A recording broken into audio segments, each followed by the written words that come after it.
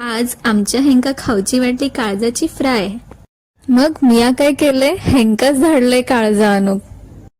चला तर मग सुरुवात करूया आजच्या रेसिपीला।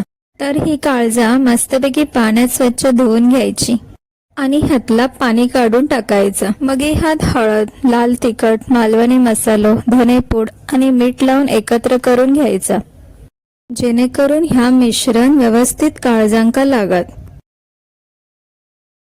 मग अर्धा लिंबू पिळून मॅरिनेट करून घ्यायचा।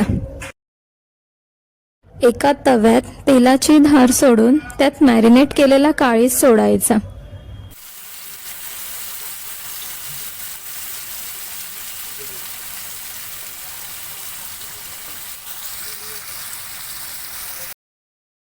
आणि वरून डिश ठेवून शिजवून घ्यायचा। थोड्या टायमान डिश काढून बघलास तर ह्याका पाणी सुटताला। मग ह्या पाणी पुरा आटवून घ्यायचा। पाणी आटला की असा काय तर दिसताला। मग काय वरून मस्तपैकी कोथिंबीर टाकून सर्व करायचा। मग कसा वाटला चमचमीत काळीज फ्राय? ट्राय करून नक्की पहा।